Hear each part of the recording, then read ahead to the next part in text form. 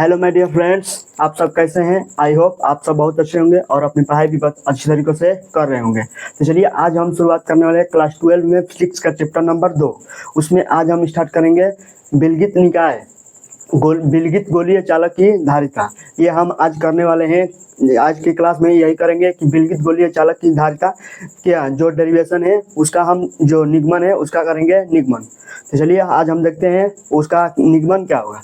तो चलिए यदि आप इस वीडियो को स्टार्ट करने से पहले ये हम बता दें कि यदि आप इस चैनल पर नए हैं तो इस चैनल को सब्सक्राइब और इस वीडियो को लाइक कर दीजिए ताकि जो इससे बाद वाला जो दूसरा वीडियो आए ताकि उस वीडियो का नोटिफिकेशन आपके पास तुरंत पहुंचे और आप उस वीडियो का लाभ आसानी से उठा पाए।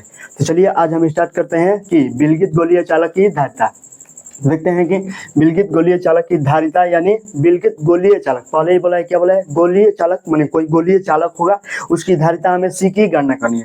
तो पहले तो हम इसका फिगर बना लेंगे, जैसे इसका जो हेडिंग है उसके मुताबिक ही फिगर बन जाएगा। तो बोला है गोलीय चालक, तो पहले हम गोलीय चालक बिलगित गोलीय चालक ही बना लेंगे। तो देखिए ये मान लेते हैं हम गोलीय चालक बना लेते हैं। कोई क्या है हमारा, ये गोलीय है और ये चालक यानी मान लेते हैं इस कोई सेंटर होगा, सेंटर ओ है, इससे स्मॉल आर इसकी त्रिज्या का है स्मॉल ए मान लेते हैं या स्मॉल आर मान लेते हैं इसकी त्रिज्या का है स्मॉल आर है, चाहे कैपिटल आर या ए कुछ भी आप मान सकते हो। और इसके बिलगित गोलीय चालक की धारिता निकालने के लिए यानी धारिता जब निकालेंगे तो उसके जो पृष्ठ होता है उस पर प्लस क्यू आवेश फैला होगा, यानी जो धारिता निकालना है तो आवेश तो फैला ही होगा। गोलीय चालक है तो चालक वही होता है जिसमें विद्युत धारा प्रवाहित हो। तो विद्युत धारा प्रवाहित हो यानी इस पर आवेश होगा। तो मान लेते हैं इसके पृष्ठ पर क्या है, प्लस क्यू आवेश है। क्या है, प्लस क्यू आवेश है। यहाँ पर भी प्लस फैला हुआ है, इसके पृष्ठ पर आवेश फैला हुआ है। तो मान लेते हैं ये क्या है, प्लस क्यू आवेश इसके पृष्ठ पर चारों तरफ क्या है, फैला है। इस तरह क्या मान लेते हैं, इसके पृष्ठ पर प्लस क्यू आवेश चारों तरफ से क्या हुआ है, फैला हुआ है।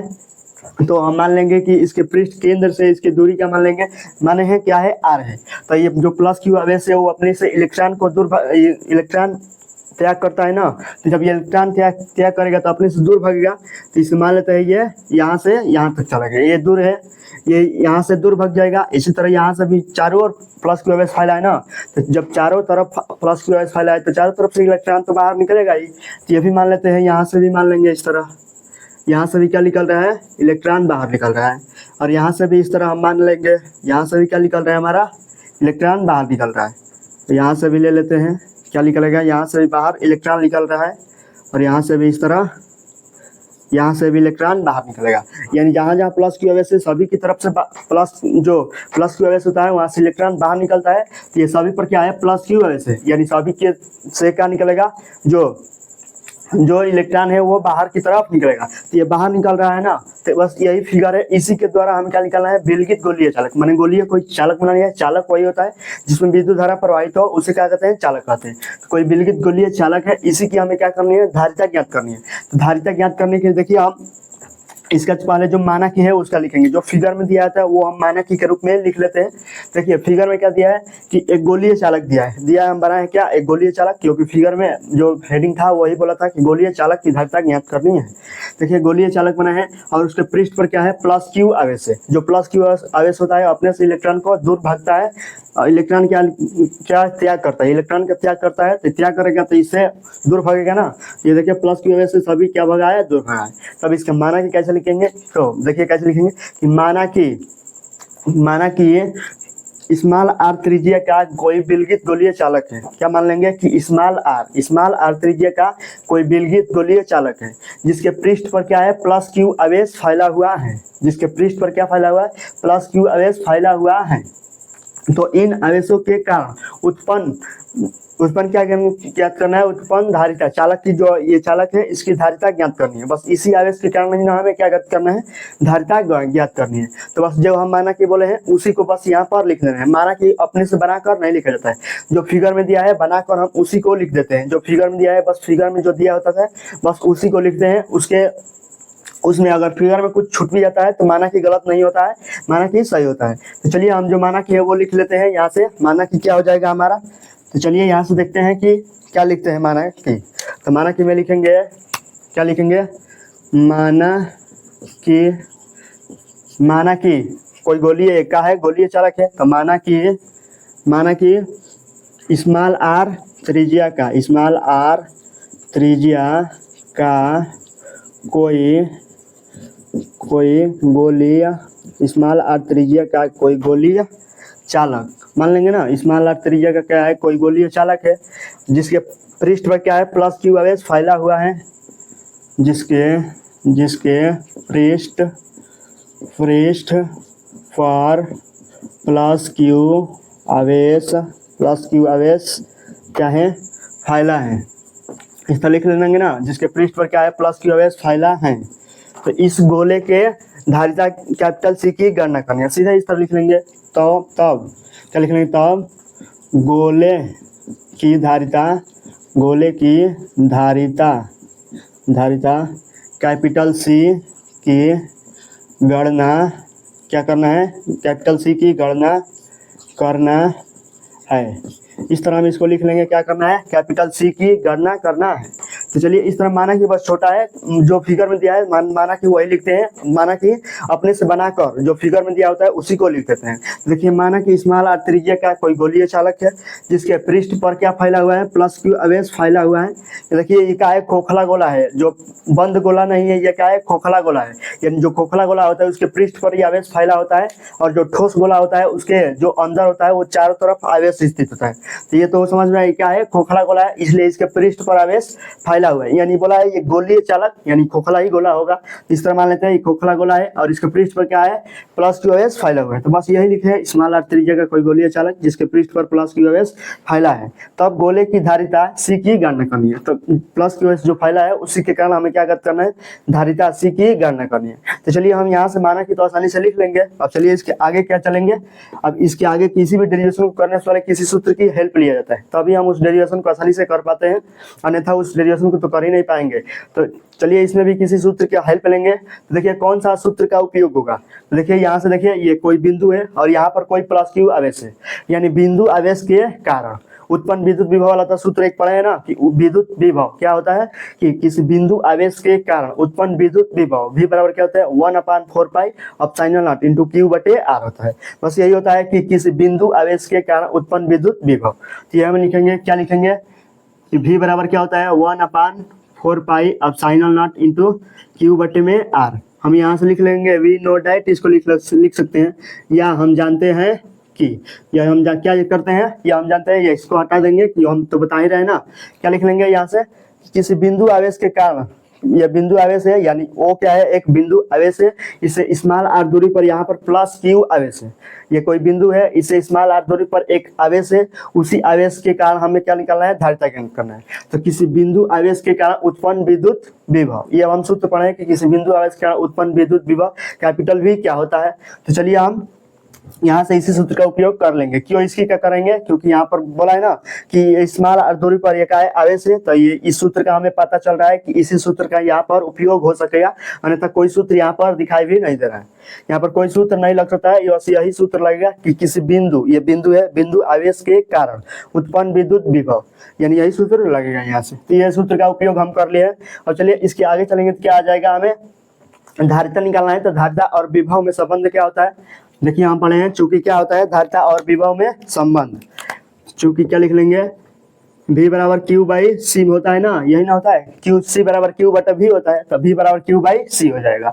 बस V के मान का स्थान पर हम Q बाई C भर लेंगे। Q बाई C बराबर 1/4 पाई एप्सिलॉन नॉट इंटू Q बटे R हो जाएगा। यहाँ से Q से क्या हो जाएगा, कैंसिल हो जाएगा, तो 1 बटे C बराबर क्या हो जाएगा 1/4 पाई एप्सिलॉन नॉट इंटू 1 बटे R हो जाएगा। देखिए 1 बटे R हो जाएगा।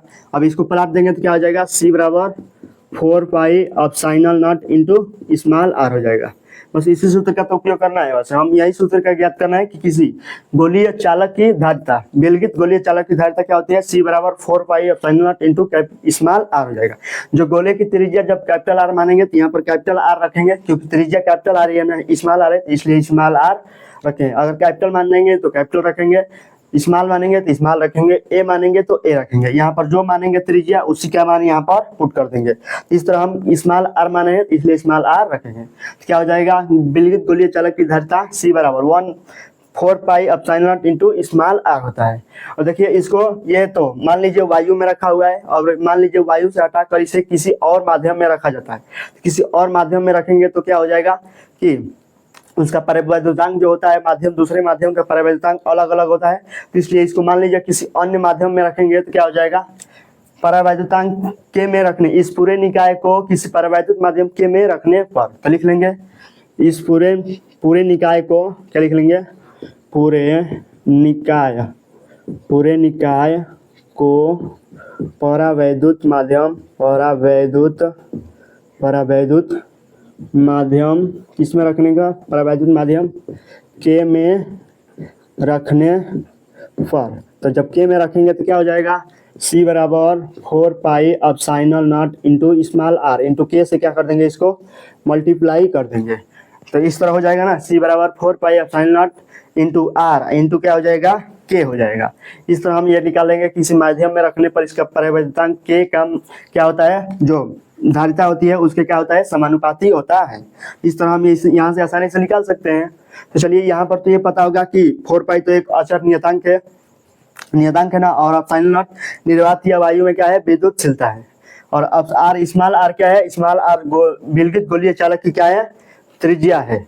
और के क्या है, परावैद्युतांक है। जब इस पूरे निकाय को किसी परावैद्युत माध्यम में रखेंगे तो इस क्या हो जाएगा, उसका नियत वही हमारा जो परावैद्युत माध्यम का मान होता है वो होता है। जैसे वायु में रखेंगे तो वायु के लिए तो 1 होता है, तो वायु के लिए यही सूत्र बन जाएगा। अगर यहाँ पर 1 रखेंगे तो वायु के लिए क्या हो जाएगा, 4 pi epsilon not into small R हो जाएगा। इस तरह हम यहाँ से आसानी से ज्ञात कर सकते हैं। और वायु में जब इस पूरे निकाय को मान लीजिए जल में रखेंगे तो जल के लिए परावैद्युत माध्यम क्या होता है, हमें 81 होता है। तो जल के लिए परावैद्युत माध्यम हम यहाँ पर 81 रख देंगे तो क्या हो जाएगा, 81 गुना हो जाएगा। जो धारिता है वो क्या हो जाएगा, 81 गुना हो जाएगा। इस तरह अलग अलग माध्यम के लिए परावैद्युत माध्यम अलग अलग होता है। तो इस तरह जैसे दिया होगा सवाल में, उस सवाल के हिसाब से हम इसको आसानी से कर लेंगे। तो चलिए ये हो गया हमारा क्या, विलगित गोलीय चालक की धारिता हो गया। अब चलिए इतना तो हो गया। अब इसके आगे चलेंगे। आपकी इसके आगे क्या आएगा कि आवेशित गोलीय चालक की स्थितिज ऊर्जा की गणना करना है। और चलिए इसके आगे वाला जो डेरिवेशन है उसको हम कंटिन्यू करते हैं। चलिए अब हम क्या देखते हैं कि आवेशित चालक की स्थितिज ऊर्जा, potential energy of charge conductor, ये हम देखेंगे अब इसका डेरिवेशन। तो इसका क्या हो जाएगा, देखिए क्या बोला है, आवेशित चालक की स्थितिज ऊर्जा, यानी स्थितिज ऊर्जा कैपिटल यू की हमें गणना करनी है। तो कैपिटल यू की गणना करनी है तो हम देखते हैं कैपिटल यू हमारा स्थितिज ऊर्जा क्या होती है। कि मान लीजिए आवेशित चालक है, मान लीजिए आप मोबाइल चार्ज कर रहे हैं, तो जब मोबाइल चार्ज कर रहे हैं तो जब कम समय लेंगे तो मोबाइल कम चार्ज होगा, जब अधिक समय लेंगे तो मोबाइल अधिक चार्ज होगा। यानी साफ बात का है कि जब अधिक कार्य करेंगे तो मोबाइल अधिक चार्ज होगा, जब कम कार्य करेंगे तो जब मोबाइल में क्या आवेश कम होगा। यानी वही निकालना है आवेशित चालक की स्थितिज ऊर्जा। माने जो आवेशित स्थितिज ऊर्जा होती है वो किस पर निर्भर करती है, डिपेंड होती है कार्य पर। संपूर्ण रूप से जो स्थितिज ऊर्जा होती है कार्य पर डिपेंड करती है। तो जो स्थितिज ऊर्जा देखिए उसकी परिभाषा क्या होगी, स्थितिज ऊर्जा की किसी चालक को आवेशित करने में किया गया कार्य, किसी चालक को आवेशित करने में किया गया कार्य उसकी क्या कहलाती है, उस चालक की स्थितिज ऊर्जा कहलाती है। यही किसी चालक को आवेशित करने में किया गया कार्य, उस चालक की किसी चालक को आवेशित करने में किया गया कार्य क्या कहलाता है, स्थितिज ऊर्जा कहलाती है। तो चलिए हम इसको लिख लेते हैं कि क्या, किसी चालक को आवेशित करने में, किसी चालक को आवेशित करने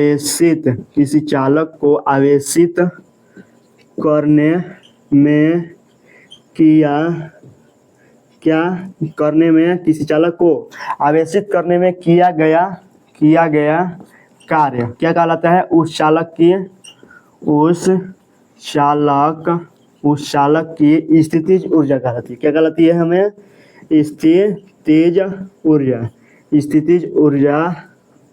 स्थितिज ऊर्जा कहलाती है। यहाँ से तो आप आसानी से समझ गए होंगे कि स्थितिज ऊर्जा क्या होती है। कि जब कोई चालक है उस चालक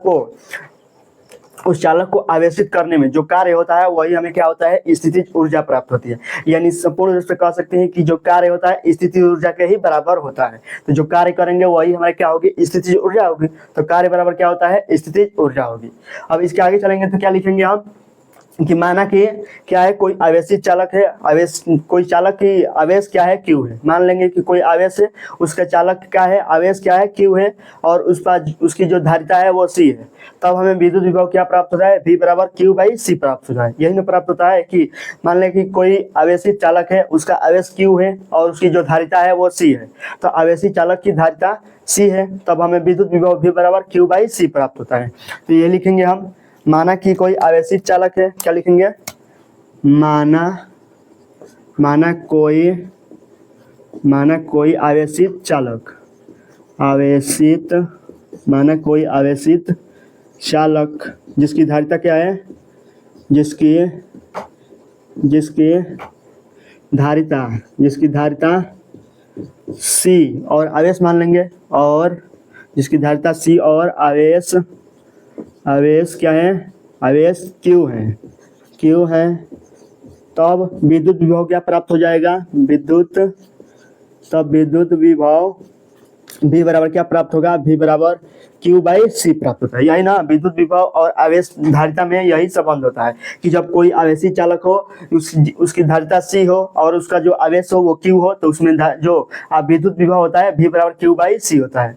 ये हम इतना तो आसानी से लिख सकते हैं, इतना तो कोई प्रॉब्लम नहीं होगी।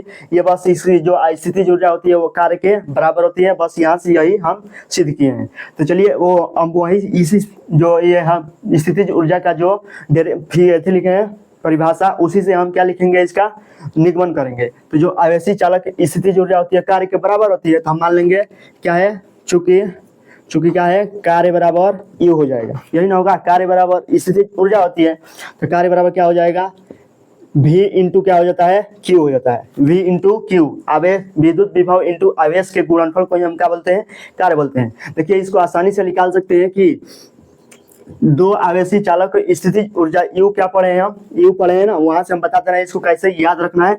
तो दो आवेशी चालकों के बीच स्थितिज ऊर्जा U बराबर क्या पढ़े हैं, 1/4 पाई epsilon not into Q1 Q2 बटे में क्या पढ़े हैं, R स्क्वायर पढ़े हैं। यही ना पढ़े हैं, Q1 Q2 बटे में R पढ़े हैं, R स्क्वायर नहीं होता है, क्या होता है, R होता है। और देखिए इतना क्या है, 1/4 पाई एप्सिलॉन नॉट इंटू Q बटे R, ये क्या है, V है ना, V के बराबर होता है ना कि किसी बिंदु आवेश के कारण उत्पन्न विद्युत विभव, ये होता है हमारा V होता है। और ये क्या होता है, Q2 क्या होता है हमारा, Q2 आवेश है, तो हम मान लेंगे ये हमारा V हो गया, इतना तो हो गया V, और वो आवेश बचा है यानी Q, यानी जो स्थितिज ऊर्जा है या कार्य कह सकते हैं, कार्य और स्थितिज दोनों तो आपस में बराबर होती है।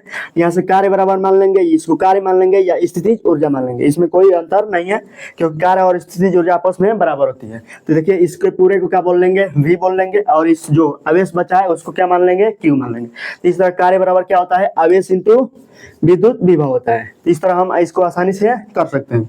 अब देखिए जब अभी बताइए कि जब बैटरी को चार्ज करेंगे तो कम कार्य करेंगे, तो कम आवेश, बैटरी कम चार्ज होगी। जब अधिक कार्य करेंगे तो बैटरी अधिक आवेशित होगी। यानी मान लीजिए हम अल्पतम कार्य कर रहे हैं तो हमारा आवेश भी अल्पतम होगा। क्या कर रहे हैं, आवेश अल्पतम होगा जब कार्य हम अल्पतम करेंगे। तो मान लीजिए DW कार्य हो गया, तो जो आवेश होता है वो भी क्या हो जाएगा, हमारा DQ हो जाएगा।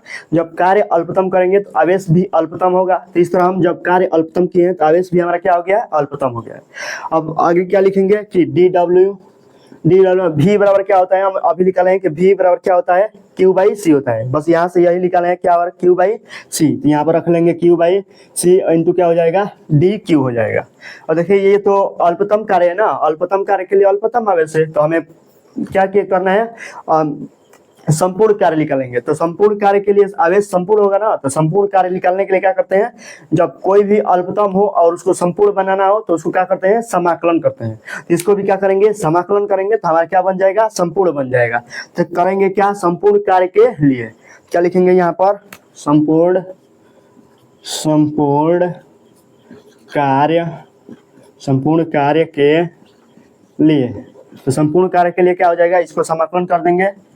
चलिए यहाँ पर कर रहे हैं तो क्या हो जाएगा, समाकलन DW बराबर क्या हो जाएगा, इसको 1/c तो बाहर आ जाएगा 1/c, और ये क्या हो जाएगा, समाकलन Q इंटू क्या हो जाएगा, DQ हो जाएगा।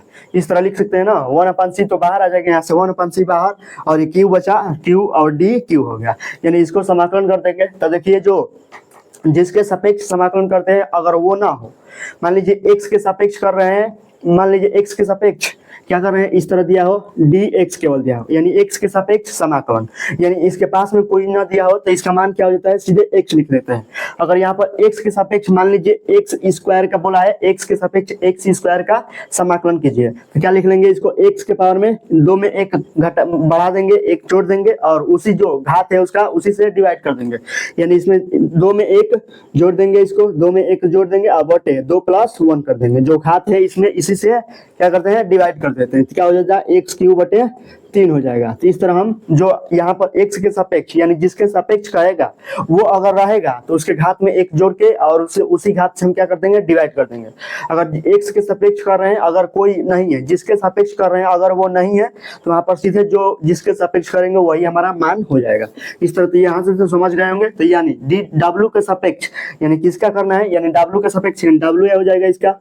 देखिए अपर लिमिट जब कार्य 0 करेंगे, कार्य कम होगा तो आवेश भी, मान लीजिए कार्य अभी नहीं शुरू हुआ है, अभी मोबाइल को चार्जिंग करना नहीं शुरू किए हैं, तो यहाँ पर कार्य 0 है तो अब यानी आवेश भी 0 है। जब चार्जिंग मोबाइल नहीं हो रही है तो यानी कार्य अभी 0 है तो आवेश भी 0 है।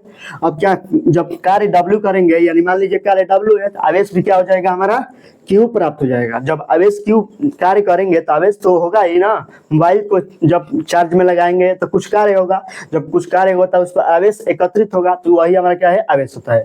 तो ये क्या है, लोअर लिमिट है, इसको अपर लिमिट बोलते हैं। इसको कौन सा समाकलन बोलते हैं, इसको निश्चित समाकलन बोलते हैं। तो ये समाकलन 2 प्रकार का होता है, ये आप मैथ में पढ़ेंगे चैप्टर नंबर 7 में। तो ये W हो गया और W बड़े कोष्ठक में क्या हो जाएगा, ऊपर अपर लिमिट W और लोअर लिमिट 0 हो जाएगा। ये 1/c तो बाहर हो जाएगा और ये क्या हो जाएगा, Q के सापेक्ष Q का समाकलन। ये अभी बताए ना कि जिसके सापेक्ष कर रहे हैं अगर वो है तो उसके घात में 1 जोड़ देंगे, तो इसके घात 1 है तो 1 के घात में 1 जोड़ देंगे और जो है घात में उसी को से हम भाग दे देंगे, इस तरह हो जाएगा। और अपर लिमिट Q और लोअर लिमिट 0 हो जाएगा। और ये क्या लिख लेंगे, एक बार इस तरह एक बार उतार लेंगे, क्या हो जाएगा, लोअर अपर लिमिट 0 लोअर 0, अपर W और लोअर 0 हो जाएगा। ये 1/c हो जाएगा। इसको क्या लिख लेंगे, Q के पावर में 2/2 हो जाएगा और ये क्या हो जाएगा, Q/0 हो जाएगा। देखिए एक बार ये W का मान W भरेंगे, एक बार क्या भरेंगे, 0 भरेंगे। इसी तरह एक बार Q का मान क्या भरेंगे, Q भरेंगे और एक बार Q का मान क्या भरेंगे, 0 भरेंगे। तो चलिए भरते हैं, W के स्थान पर एक बार W भरेंगे, एक बार क्या भरेंगे, 0 भरेंगे।